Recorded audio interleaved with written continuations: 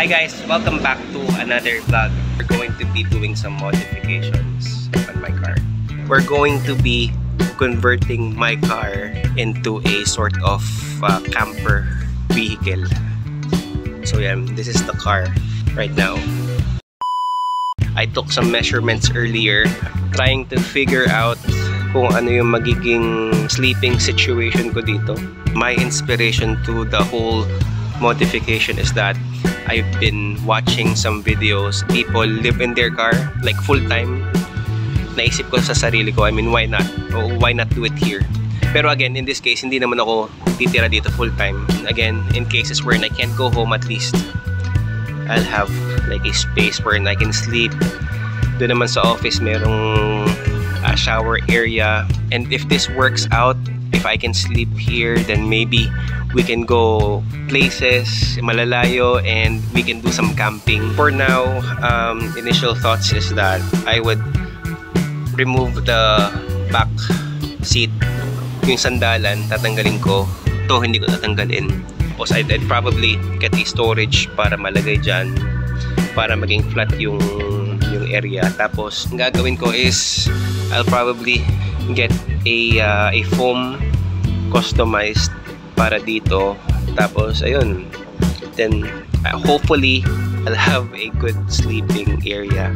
Then, guys, wish me luck. Let's see if it's going to work out. Let's see what the camping life is all about. So, yan. Tara, let's go.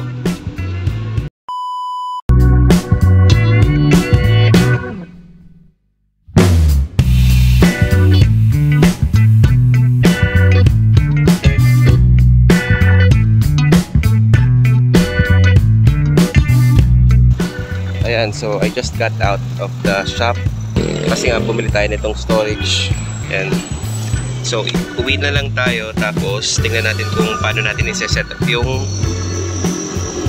kotse para mahiga natin. Before going home, daan muna ako dito sa DIY na car wash. Dito tayo, yan. May bubong, so yun, hindi mainit. Masarap maglinis ng sasakyan. Tapos malinis yung lugar, malawak. And at the same time, they have this machine na, ayan, meron yung pressure washer, may shampoo, may blower.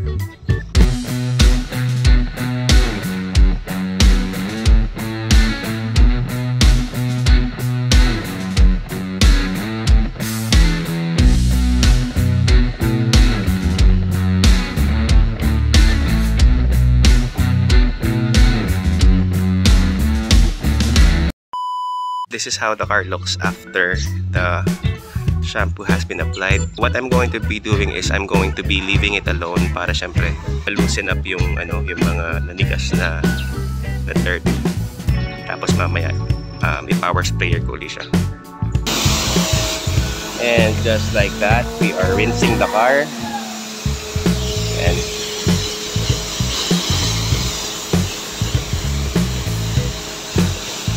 kinuskus ko din naman ng konti. And there you go. I'm done with the car wash. I spent 20 pesos and yan, malinis na yung kotse. Pero syempre, I cleaned the car myself. And, you know, for the most part, pumuti na siya. Kanina kasi, ano na, parang nag-gray-gray na yung kulay niya kasi makapal na yung dumi. So, let's go. Head for home. Tapos, i-set up natin yung sasakyan. Okay, so I made it back from the shop. Nabili ko na yung container that I'm going to be using. Yan. I was going to go to the shop where they sell foams. Pero naalala ko na I have a foam na ginagamit. So ito muna yung gagamitin natin for the time being. I was actually looking for a Thor box, pero medyo mahal. So for now, ito muna. And again, pag okay tayo, then we'll go with quality equipment. But for now, yan, mga regular na ano lang muna. Yung mga affordable lang muna na gamit yung gagamitin natin. What we're going to be doing first is, yan, tanggalin natin lahat ng mga gamit sa kotse. Yan.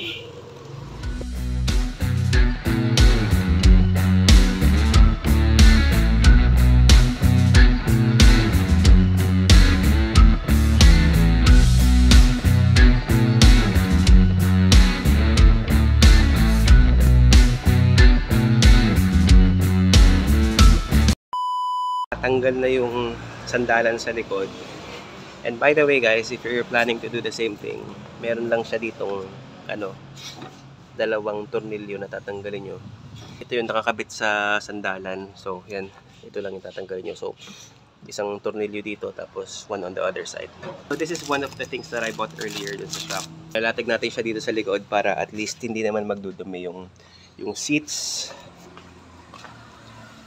Kahit medyo magabok na yata itong ano to eh, itong foam na to. Not sure, but again we'll see. Saka para at least kahit may matapon ditong liquids, at least, you know, hindi masyado magdudumi yung loob.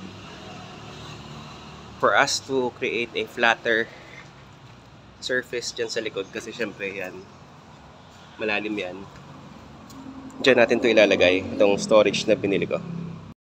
And just like that, nakalagay din yung storage box dyan sa ilalim. And yan, almost flat na yung part na yan. Okay, so the next thing that we're going to be doing is we're going to be putting the foam inside and titingnan natin kung anong itsura niya. So yan na, nakalagay na yung foam, and the foam is way too big, or way too long rather, for this application. Yan, masyado siya mahaba. To be honest, the plan that I have is to siguro try it out, I'll try it out later, tapos I'm really tempted to just cut the foam, pero sayang naman pag pinutol ko to. Or I can just have one made para dito sa kotse.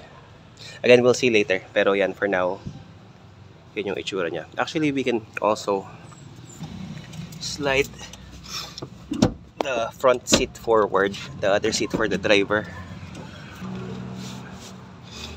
para yan. Wow, okay. Okay, so now for the big test. Will I fit comfortably sa likod? So tara, let's go. Let's see. Okay, so yan. Higa tayo. Okay.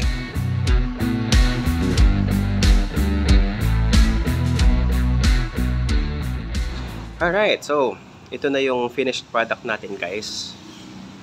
Ayan. So if you look inside, wala na yung back seat. The foam is already there. So this will serve as my bed. This is how the storage looks. Yan, ito yung binili natin kanina.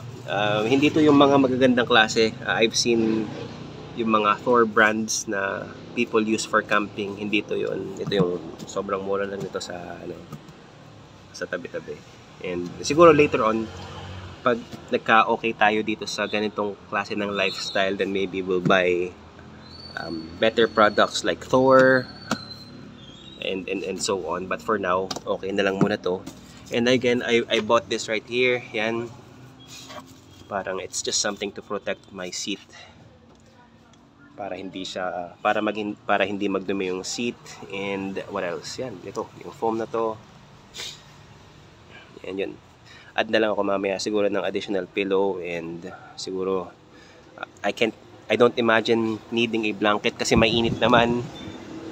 But yun, siguro additional pillow, and I think that I'll be all set. The good thing about it is that, ayan, kalalagay ko lang ng touchscreen head unit sa kotse. So if I feel like maybe watching a movie, I can just, you know, recline and then watch the movie from the back. Especially yan, I have installed a set of speakers as well at the back. So yun, I imagine na para ako nanonood ng sine dito, kasi yun, naka-recline ako. I have the speakers on both sides, tas I have sort of like a screen in front. So yun, ayos. I think the only thing that's missing here is siguro a fan, kasi I imagine the temperature in the car being warm, kasi nga syempre mainit dito sa Pinas. If you like this kind of video, make sure na you hit the like button para syempre ma-inspire naman ako to make more videos similar to this. And again, if you're not yet subscribed, please make sure that you're subscribed to my channel. Please support my channel para we can do more awesome things with the car. Alright, so I will end the vlog right here. I will see you guys on the next vlog.